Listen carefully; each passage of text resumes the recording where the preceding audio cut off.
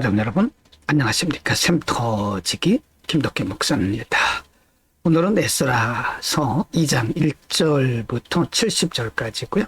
오늘 본문은 좀 길기는 하지만 사실은 예루살렘에 돌아온 사람들의 이름 그리고 그들이 속한 부족들을 기록한 내용입니다.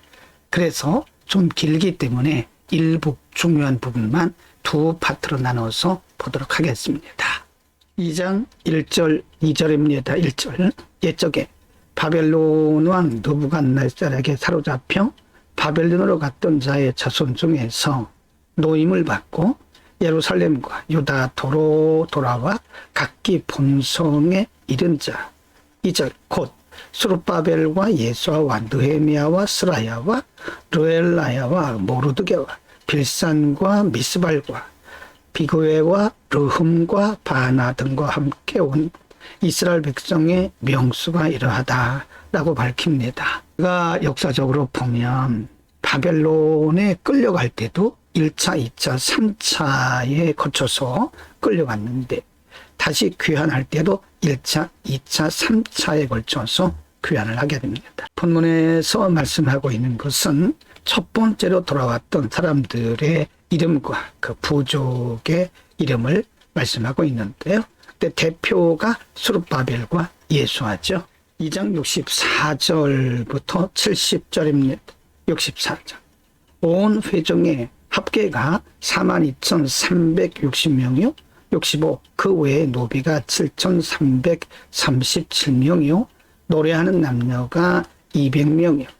66절 말이 736이요 노새가 245요 67절 약대가 435요 나귀가 6720이었더라 68절입니다.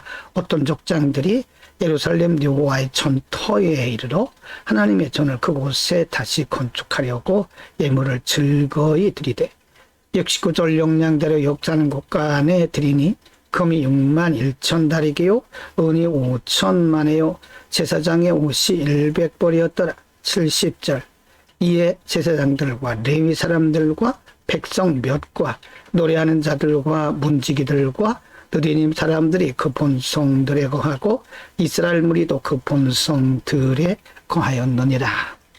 하나님께서 때가 되어서 이들을 귀환하게 되는데 그때 왔던 사람들 그리고 짐승들에 대한 말씀을 구체적으로 설명을 하고 있는데요.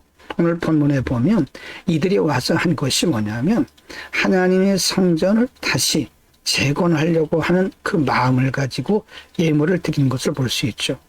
우리가 1장에서 보았듯이 바사왕 고레스가 이들의 해방을 선포하면서 가서 너희 하나님의 전을 건축하라고 말했기 때문이죠. 오늘은 바벨론에서 해방 명령을 받고 예루살렘으로 돌아왔던 사람들의 이름 그리고 족속의 이름들에 대해서 공부를 했습니다. 매우 길게 70절까지 각각의 부족과 사람들의 이름까지 기록을 하고 있는 것은 이 하나님의 역사가 가상이 아니라 실제로 존재했던 하나님의 역사 즉 하나님의 역사의 실존적 역사성을 말씀하기 위함인 것입니다. 하나님의 역사는 가상이 아닙니다. 실제입니다. 하나님의 역사는 실제로 우리의 역사 속에 일어나고 있는 것이고 그리고 지나간 막연한 옛날 이야기가 아니라 사실을 기록한 하나님의 역사 히스토리라는 사실을 밝혀주고 있습니다. 하나님은 역사의 주인이십니다. 하나님께서 역사를 운행하고 계시죠. 우리 인생의 역사도 하나님께서 운행하고 계시는 겁니다.